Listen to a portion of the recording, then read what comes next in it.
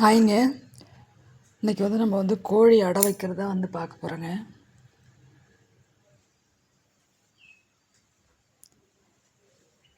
இங்கே பாருங்கள், மணல் எடுத்துக்கணுங்க. மணல் இந்த மாதிரி கல்லாம் எடுத்துருவாங்க. இது ஒன்றும் பண்ணாதுன்னு போட்டாச்சுங்க. கல்லெல்லாம் எடுத்துகிட்டு இது மாதிரி மணல் எடுத்துக்கின்னு அதில் மிளகாய், அப்புறம் இரும்பு, ஏதாவது ஒரு இரும்பு போடணுங்க. போட்டாச்சுங்களா? முட்டு பாருங்கள், உப்பில் வச்சது.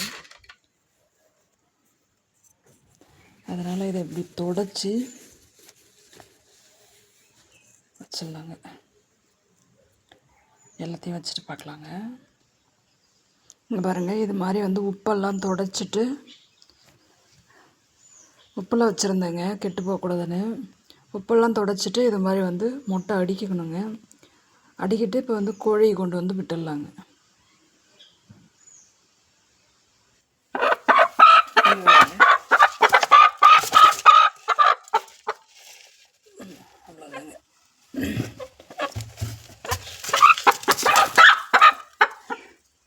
இவர் அக்கட்டலை போவார் போல். இவரை அடைச்சி வச்சிடலாங்க. கொஞ்சம் ஒரு நாளைக்கு அடைச்சோம்னா அந்த முட்டையில் உட்காந்து பழவிடுச்சுன்னா அடுத்து போகாதுங்க.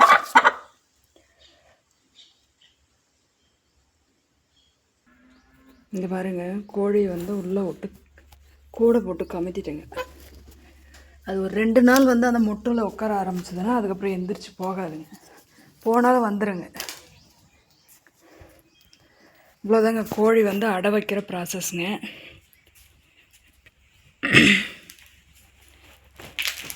தெரியாதவங்க இது மாதிரி பண்ணிக்கலாங்க. அவ்வளோதான் ஃப்ரெண்ட்ஸ், பாய்.